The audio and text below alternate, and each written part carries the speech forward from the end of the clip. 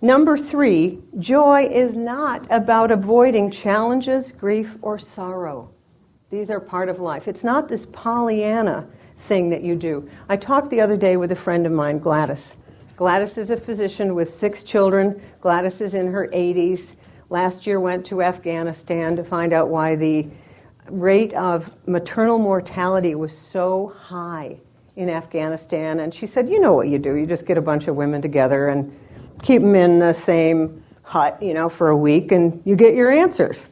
And they'll all laugh and they'll tell you. And Anyway, her oldest daughter, who's my age, just died of breast cancer. And I said, so Gladys, how are you doing with that? She said, it is so extraordinarily hard. And on the other hand, I am so grateful because she was such a wonderful person. And she died with us at home and made peace with her father in the last 2 weeks of her life. And so it was this experience of tremendous joy and grief and loss simultaneously. It's not one or the other. Pain-filled joy, joy-filled pain. When I was at Sonavive recently, I did a 3-day juice fast.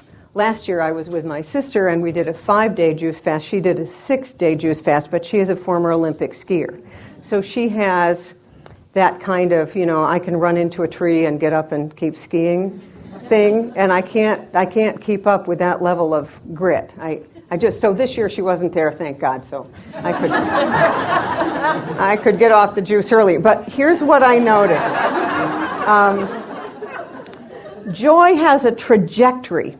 So if you're on nothing but green juice and a little watered down apple juice with some pectin and clay in it, to draw out the toxins, and you do that for 3 days, let me tell you what a piece of lettuce tastes like.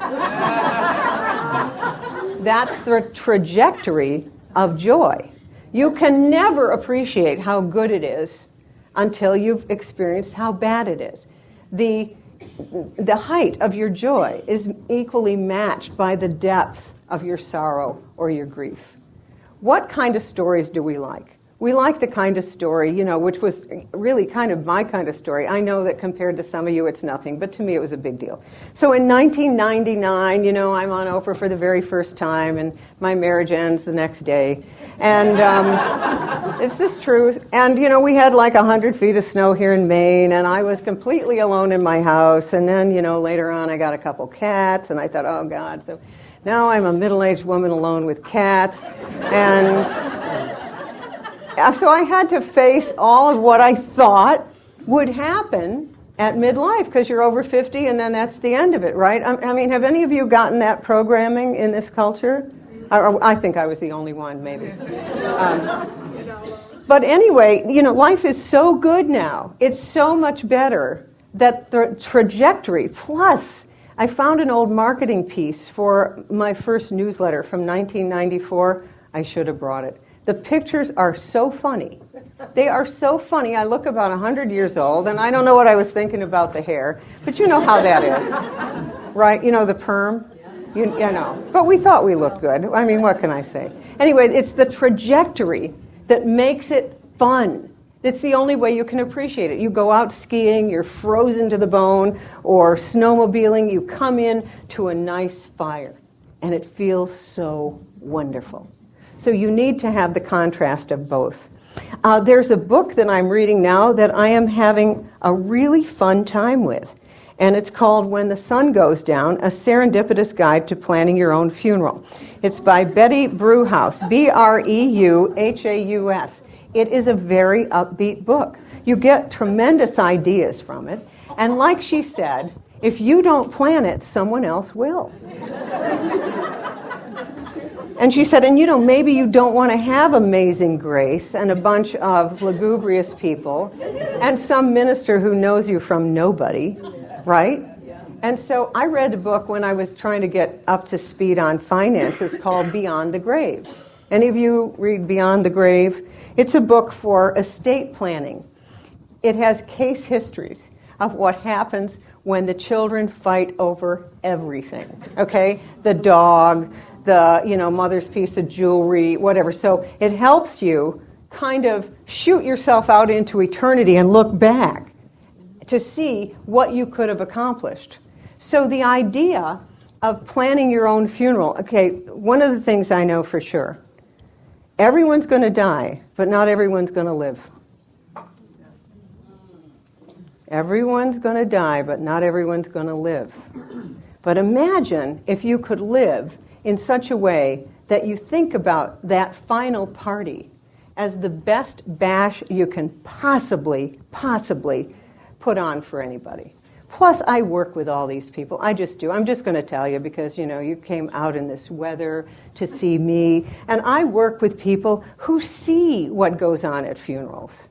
They see the spirit right there yucking it up. And I've been through enough of my own, my sister, my dad. And we had a fun time with those funerals. Very, very fun. Now, is that morbid? No. We're just celebrating that life because I don't think we ever die. We just recycle anyway. Who cares, right? One thing you just want to do, though, you want to live so that you will not come back and have the same mother or father if they are a problem to you. Okay? Yeah. So you want to clean that up as much as you can. Because I know what will happen. My friend Gladys it's very interesting. She's written a lot about this stuff, and she talked about, they did a lot of work with Edgar Cayce and so on, and she said, so with the 6 kids, they're fighting once, the 10-year-old and the 8-year-old. And she says, now remember, Johnny, you chose to be here in this family. And Johnny goes, yeah, but I didn't remember that he was going to be here. Families are the hardest people you will ever deal with. Is this correct? Yes. The hardest people. So if you're doing okay with that, you're doing okay. All right. Step number 4, you must follow a joyous lifestyle to create a body that can hold the charge of more joy. Let me tell you a little bit about joyous eating. Okay. So I brought here some of these fabulous organic strawberries. I'm just going to show you how joyous eating works. I can't pull this off all the time, but, I can here. So you just want to take the smallest possible bite as sensually as you possibly can, okay?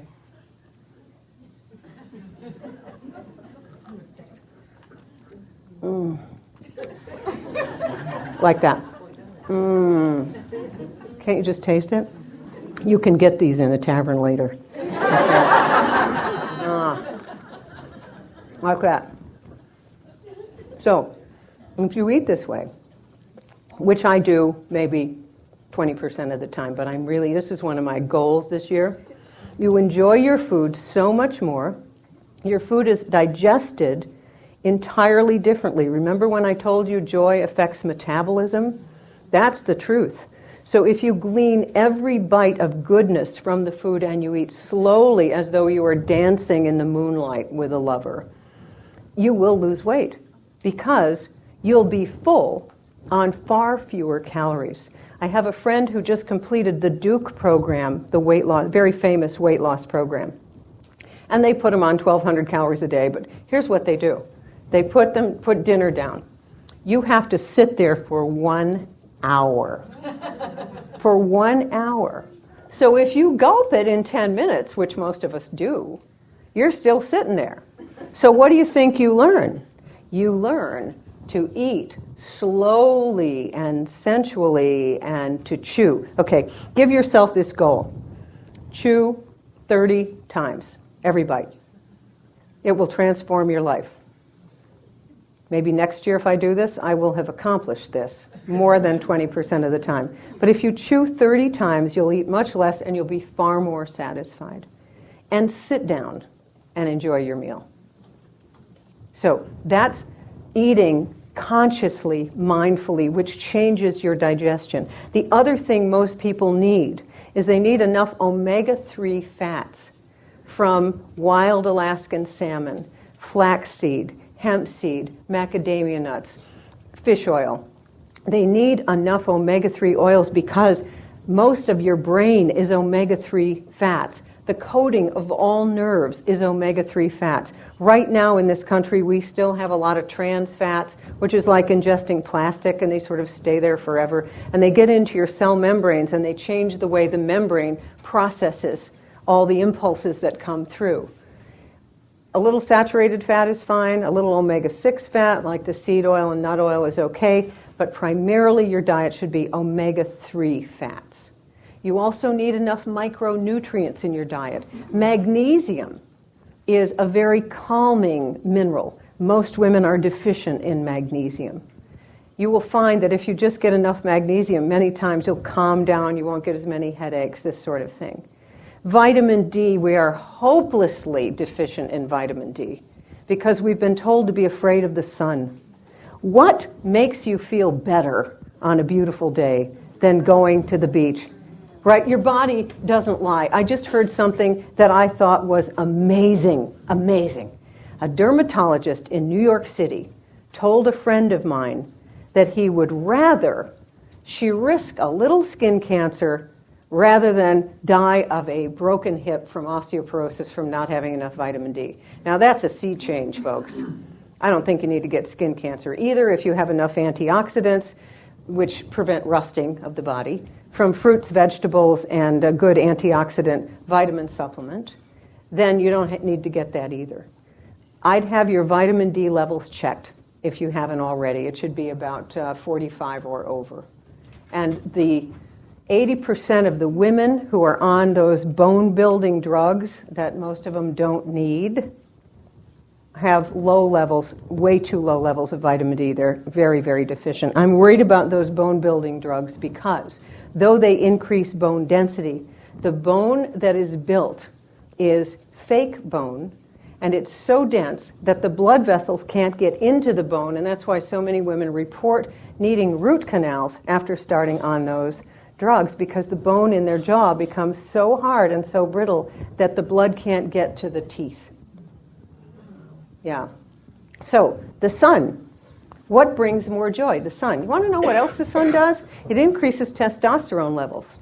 Makes you feel kind of frisky, kind of, The Greeks, the ancient Greeks had a practice called aeronation.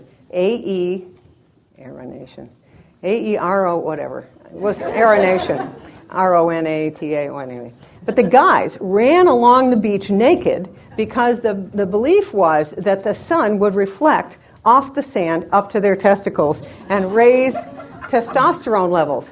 Now, it's interesting that if you're out in the sun more, you get better muscles. It's just true. You feel better. You get more serotonin, this sort of thing. I would recommend, for those of you who live in this area, just a little tanning booth thing. Do the stand-up thing, 3 minutes, 4 minutes. Do you a world of good. It help with the joy. All right? So that is the joy diet.